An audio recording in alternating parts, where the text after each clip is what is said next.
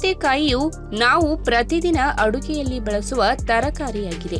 ಆದರೆ ನಾವು ಅದನ್ನು ಆಹಾರವಾಗಿ ಉಪಯೋಗಿಸುತ್ತೇವೆಯೇ ವಿನಃ ಅದರ ಔಷಧೀಯ ಗುಣಗಳ ಬಗ್ಗೆ ನಮಗೆ ತಿಳಿದಿಲ್ಲ. ಸೌತೆಕಾಯಿಯು ಒಂದು ಬಳ್ಳಿಯ ಗಿಡವಾಗಿದೆ. ಇದು ನೆಲದಲ್ಲಿ ಬೇರು ಬಿಟ್ಟು ಬಳ್ಳಿಯು ಹೋದಲೆಲ್ಲ ಹಬ್ಬಿಕೊಳ್ಳುತ್ತಾ ಹೋಗುತ್ತದೆ. ಈ ಸಸ್ಯವು ದೊಡ್ಡ ಎಲೆಗಳನ್ನ ಹೊಂದಿದ್ದು ಎಲೆಗಳು ಮೃದುವಾಗಿದ್ದು ಬಳ್ಳಿಯು ಹೋದಲೆಲ್ಲ ಹಬ್ಬಿಕೊಳ್ಳುತ್ತಾ ಹೋಗುತ್ತದೆ. ಈ ಗಿಡವು ಚಿಕ್ಕ ಚಿಕ್ಕ ಹಳದಿ ಹೂಗಳನ್ನ ಹೊಂದಿರುತ್ತದೆ. ನಂತರ ಕಾಯಿಗಳಂತೂ ಉದ್ದವಾಗಿ ಬೆಳೆಯುತ್ತವೆ. ಕಾಯಿಗಳ ಮೇಲೂ ಸಣ್ಣ ಸಣ್ಣ ಮುಳ್ಳುಗಳು ಇರುತ್ತವೆ. ಸೌತೆಕಾಯಿಯಲ್ಲಿ ನಾನಾ ಬಗೆಗಳಿವೆ. ಅವು ಎರೆ ಸೌತೆ, ನೀರು ಸೌತೆ, ಮುಳ್ಳು ಸೌತೆ, ನಾಲಿಗೆ ಸೌತೆ ಮುಂತಾದವುಗಳು. ಸೌತೆಕಾಯಿಯಲ್ಲಿ 96% ಭಾಗ ನೀರಿರುತ್ತದೆ. ಇನ್ನುಳಿದ 4% ಭಾಗ ಪೋಷಕಾಂಶಗಳು ಇರುತ್ತವೆ. ಸೌತೆಕಾಯಿಯು ಕಡಿಮೆ ಕ್ಯಾಲೋರಿಯನ್ನ ಹೊಂದಿದೆ ಹಾಗೂ ಕಾರ್ಬೋಹೈಡ್ರೇಟ್, ಪ್ರೋಟೀನ್, ನಾರಿನಂಶ, vitamin C, vitamin K, potassium, manganese ಪೋಷಕಾಂಶಗಳನ್ನ ಹೊಂದಿದೆ.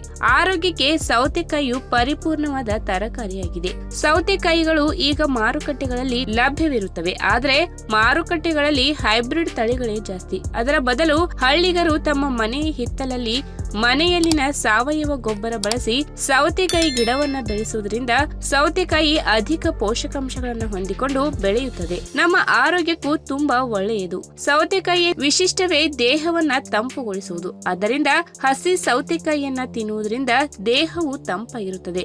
ಇದು ಅನೇಕ ರೋಗಗಳನ್ನ ಹೋಗಲಾಡಿಸುತ್ತದೆ. ಸೌತೆಕಾಯಿಯನ್ನ ಉಪಯೋಗಿಸಿ ಅನೇಕ ಖಾದ್ಯಗಳನ್ನ ಕೂಡ ತಯಾರಿಸುತ್ತಾರೆ. ಹಾಗಾದ್ರೆ ಈ ಸೌತೆಕಾಯಿಯ ಆರೋಗ್ಯಕರ ಗುಣಗಳ ಬಗ್ಗೆ ಇವತ್ತಿನ ವಿಡಿಯೋ ಮುಖಾಂತರ ತಿಳಿದುಕೊಳ್ಳೋಣ. ಅದಕ್ಕಿಂತ ಮುಂಚೆ ನೀವಿನ್ನು ನನ್ನ ಚಾನಲ್ಗೆ ಸಬ್ಸ್ಕ್ರೈಬ್ ಆಗಿಲ್ಲ ಅಂದ್ರೆ ಪ್ಲೀಸ್ ಸಬ್ಸ್ಕ್ರೈಬ್ ಮಾಡ್ಕೊಳ್ಳಿ. ಹಾಗೆ ಪಕ್ಕದಲ್ಲಿರುವಂತಹ ಬೆಲ್ ಐಕಾನ್ ಕ್ಲಿಕ್ ಮಾಡಿ. ಸೌತೆಕಾಯಿಯ ಬಳಕೆಯು ಬಿಸಿಲಿನ ಧಗೆಯಿಂದ ದೇಹವನ್ನ ತಂಪಾಗಿರಿಸಲು ಸಹಾಯ ಮಾಡುತ್ತದೆ. ಆದ್ದರಿಂದ ಸೌತೆಕಾಯಿಯನ್ನ ಒಂದಲ್ಲ ಒಂದು ರೀತಿಯಲ್ಲಿ ಬಳಕೆ ಮಾಡುವುದು ಉತ್ತಮ.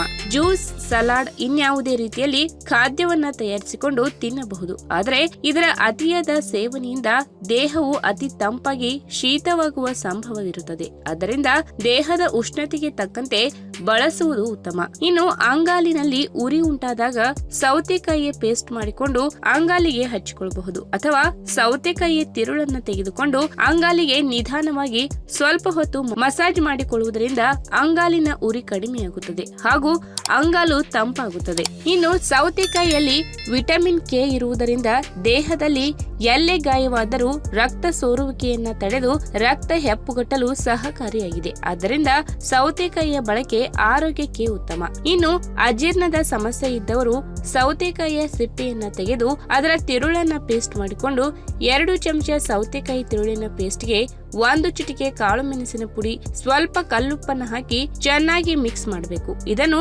ಊಟದ ಸ್ವಲ್ಪ ಹೊತ್ತಿನ ಮೊದಲು ಸೇವಿಸಿ. ನಂತರ ಊಟ ಮಾಡುವುದರಿಂದ ಅಜೀರ್ಣದ ಸಮಸ್ಯೆ ನಿವಾರಣೆಯಾಗಿ ಜೀರ್ಣಕ್ರಿಯೆ ಸರಾಗವಾಗುತ್ತದೆ. ಇನ್ನು ಮೂತ್ರನಾಳದ ಸಮಸ್ಯೆ, ಮೂತ್ರದಲ್ಲಿನ ಕಲ್ಲಿನ ಸಮಸ್ಯೆ ಹಾಗೂ ಮೂತ್ರ ಕಟ್ಟುವ ಸಮಸ್ಯೆ ಇದ್ದರೆ ಸೌತೆಕಾಯಿ ಮತ್ತು ಬಾಳೆ ದಿಂಡನ್ನ ಸೇರಿಸಿ ಸಲಾಡ್ ಮಾಡಿಕೊಂಡು ಪ್ರತಿದಿನ ಸೇವಿಸಬಹುದು. ಅಥವಾ ಸೌತೆಕಾಯಿ ಮತ್ತು ಬಾಳೆ ದಿಂಡಿನ ಜ್ಯೂಸ್ ಮಾಡಿಕೊಂಡು ಕುಡಿಯುವುದರಿಂದ ಸೌತೆಕಾಯಿಯಲ್ಲಿ ಹೆಚ್ಚಿನ ನೀರಿನಾಂಶ ಇರುವುದರಿಂದ ಹಾಗೂ ಬಾಳೆದಿಂಡಿನಲ್ಲಿ ನಾರಿನಾಂಶ ಇರುವುದರಿಂದ ಇವು ಮೂತ್ರದಲ್ಲಿನ ಕಲ್ಲನ್ನ ಹೊರಹಾಕಲು ಸಹಾಯಕವಾಗುತ್ತವೆ. ಇನ್ನು ಮಹಿಳೆಯರಲ್ಲಿ ಉರಿ ಮೂತ್ರದ ಸಮಸ್ಯೆ ಕಂಡು ಬಂದಾಗ ಸೌತೆಕಾಯಿ ಜ್ಯೂಸ್ ಮಾಡಿಕೊಂಡು ಅಥವಾ 1 ಲೋಟ ಸೌತೆಕಾಯಿ ರಸಕ್ಕೆ 1 ಚಮಚ ಜೇನುತುಪ್ಪ ಹಾಗೂ ನಿಂಬೆ ರಸ ಸೇರಿಸಿ ದಿನಕ್ಕೆ 2 ಬಾರಿ ಕುಡಿಯುವುದರಿಂದ ಉರಿ ಮೂತ್ರದ ಸಮಸ್ಯೆ ದೂರವಾಗುತ್ತದೆ. ಅಷ್ಟೇ ಅಲ್ಲದೆ ತಾಜಾ ಸೌತೆಕಾಯಿಯನ್ನ ನಾವು ಸಿಪ್ಪೆ ಸಮೇತವಾಗಿ ಬಳಸುವುದರಿಂದ ಸಿಪ್ಪೆಯಲ್ಲಿರುವ ಪೊಟ್ಯಾಷಿಯಂ ಅಧಿಕ ರಕ್ತದೊತ್ತಡವನ್ನ ನಿಯಂತ್ರಿಸಲು ಸಹಕಾರಿಯಾಗಿದೆ. ಇನ್ನು ಸೌತೆಕಾಯಿಯಲ್ಲಿ ಹೆಚ್ಚಿನ ನೀರಿನಾಂಶವಿದ್ದು ಇದು ಕಡಿಮೆ ಕ್ಯಾಲೋರಿಗಳನ್ನ ಹೊಂದಿರುವ ತರಕಾರಿಯಾಗಿದೆ. ಆದ್ದರಿಂದ ಸೌತೆಕಾಯಿಯ ಬಳಕೆ ಹೆಚ್ಚಿಸುವುದರಿಂದ ದೇಹದಲ್ಲಿನ ಕೊಲೆಸ್ಟ್ರಾಲ್ ಪ್ರಮಾಣವನ್ನ ಕಡಿಮೆ ಮಾಡುತ್ತದೆ. ಇದರಿಂದ ದೇಹದ ತೂಕ ಕಡಿಮೆ ಮಾಡಿಕೊಳ್ಳಬಹುದು. ಅಷ್ಟೇ ಅಲ್ಲದೆ ಮಧುಮೇಹ ರೋಗಿಗಳಿಗೆ ಸೌತೆಕಾಯಿಯು ಉತ್ತಮವಾದ ತರಕಾರಿಯಾಗಿದೆ. ಏಕೆಂದರೆ ಸೌತೆಕಾಯಿಯು ದೇಹದಲ್ಲಿ ಇನ್ಸುಲಿನ್ ಉತ್ಪಾದಿಸಲು ಮೇದೋಜೀರಕ ಗ್ರಂಥಿಗಳಿಗೆ ಸಹಾಯ ಮಾಡುತ್ತದೆ. ಇದರಿಂದ ಮಧುಮೇಹ ನಿಯಂತ್ರಣದಲ್ಲಿ ಇರುತ್ತದೆ. ಅಷ್ಟೇ ಅಲ್ಲದೆ ಚಳಿಗಾಲದಲ್ಲಿ ವಿಪರೀತವಾದ ಚಳಿಗೆ ಮೈಕೈ ಒಡೆಯುತ್ತದೆ ಮತ್ತು ಮುಖದ ಚರ್ಮವು ಒಣಗಿದಂತಾಗುತ್ತದೆ. ಇದನ್ನ ಹೋಗಲಾಡಿಸಲು ಸೌತೆಕಾಯಿಯ ರಸವನ್ನ ಒಣಗಿದ ಚರ್ಮದ ಭಾಗಕ್ಕೆ ಲೇಪಿಸುವುದರಿಂದ ಚರ್ಮವು ತಂಪಾಗಿ ಒಣಗುವುದು ಕಡಿಮೆ. ನೆನೆಸಿದ ಬಾದಾಮಿಯ ಪ್ರಯೋಜನಗಳು ನಮಗೆಲ್ಲರಿಗೂ ತಿಳಿದೇ ಇದೆ. ಆದರೆ ನೆನೆಸಿದ ಕಡಲೆಕಾಯಿಯು ಅದರಷ್ಟೇ ಸಮಾನ ಪ್ರಯೋಜನಗಳನ್ನು ಹೊಂದಿದೆ ಎಂದು ನಿಮಗೆ ತಿಳಿದಿದೆ.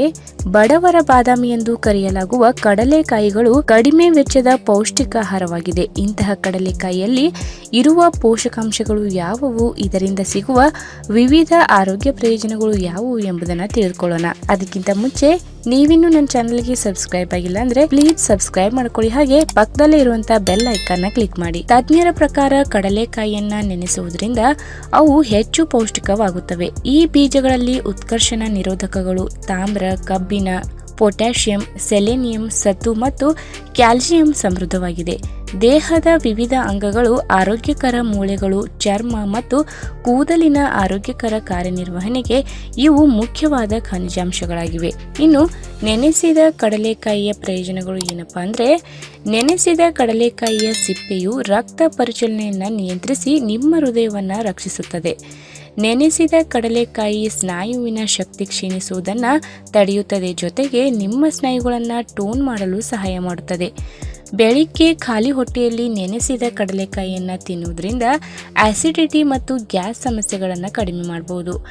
ನೆನೆಸಿದ ಕಡಲೆಕಾಯಿ ಬೆನ್ನು ನೋವು ಮತ್ತು ಕೀಲು ನೋವಿನಿಂದ ಪರಿಹಾರ ನೀಡುತ್ತದೆ. ಚಳಿಗಾಲದಲ್ಲಿ ಕೀಲುಗಳಲ್ಲಿನ ಬಿಗಿತ ಮತ್ತು ನೋವನ್ನು ಎದುರಿಸಲು ನೆನೆಸಿದ ಕಡಲೆಕಾಯಿಯನ್ನ ಬೆಲ್ಲದೊಂದಿಗೆ ಸೇವಿಸಿ. ಬಾದಾಮಿಯಂತೆ ನೆನೆಸಿದ ಕಡಲೆಕಾಯಿ ನಿಮ್ಮ ನೆನಪಿನ ಶಕ್ತಿ ಮತ್ತು ದೃಷ್ಟಿಯನ್ನ ಬಲವಾಗಿಡಲು ಸಹಾಯ ಮಾಡಬಹುದು. ಕಡಲೆಕಾಯಿಯಲ್ಲಿರುವ ಆಂಟಿ ಆಕ್ಸಿಡೆಂಟ್ಸ್ಗಳು ಸತು, ಕ್ಯಾಲ್ಸಿಯಂ ಮತ್ತು ಕಬ್ಬಿಣವು ಕ್ಯಾನ್ಸರ್ ಕೋಶಗಳ ವಿರುದ್ಧ ಹೋರಾಡಲು ಮತ್ತು ಅವುಗಳ ಬೆಳವಣಿಗೆಯನ್ನು ತಡೆಯಲು ಸಹಾಯ ಮಾಡುತ್ತದೆ. ಕಡಲೆಕಾಯಿಯಲ್ಲಿರುವ ಒಮೆಗಾ 3 ಕೊಬ್ಬಿನ ಆಮ್ಲಗಳು ಚರ್ಮಕ್ಕೆ ಒಳ್ಳೆಯದು. ನೆನೆಸಿದ ಕಡಲೆಕಾಯಿಯನ್ನ ನಿಯಮಿತವಾಗಿ ತಿನ್ನುವುದರಿಂದ ನಿಮ್ಮ ಚರ್ಮಕ್ಕೆ ಸುಂದರವಾದ ಹೊಳಪು ಸಿಗುತ್ತದೆ. ತಜ್ಞರ ಪ್ರಕಾರ ನೆನೆಸಿದ ಕಡಲೆಕಾಯಿಯನ್ನ ಸೇವಿಸಲು ಉತ್ತಮ ಸಮಯವೆಂದರೆ ಬೆಳಗಿನ ಉಪಹಾರಕ್ಕೆ ಮೊದಲು. ನೆನಪಿಡಿ, ಕಡಲೆಕಾಯಿಯಲ್ಲಿ ಕ್ಯಾಲೋರಿ ತುಂಬಿರುವುದರಿಂದ ಅವುಗಳನ್ನು ಅತಿಯಾಗಿ ಸೇವಿಸಬೇಡಿ. ನೆನೆಸಿದ ಕಡಲೆಕಾಯಿ ಗರಿಷ್ಠ ಪ್ರಯೋಜನಗಳನ್ನು ಪಡೆಯಲು ಮಿತವಾಗಿ ಸೇವಿಸುವುದು ಮುಖ್ಯ. ಹಾಗಾಗಿ ಯಾವುದಕ್ಕೂ ಒಂದು ಮಿತಿ ಇರುತ್ತೆ. ಅತಿಯಾದ ಸೇವನೆ ಯಾವಾಗಲೂ ಆರೋಗ್ಯಕ್ಕೆ ಒಳ್ಳೆಯದಲ್ಲ. ಹಾಗಾಗಿ ಇವುಗಳನ್ನು ಪ್ರತಿನಿತ್ಯ ಸೇವಿಸಬೇಕಾದ್ರೆ ನಿಮಗೆ ಯಾವುದೇ ಸೈಡ್ ಎಫೆಕ್ಟ್ಸ್ ಆಗಬಾರ್ದು ಅಂದರೆ ನಿಮ್ಮ ಫ್ಯಾಮಿಲಿ ವೈದ್ಯರನ್ನ ಸಂಪರ್ಕಿಸಿ ನಂತರ ಇವುಗಳನ್ನು ಸೇವಿಸಿ.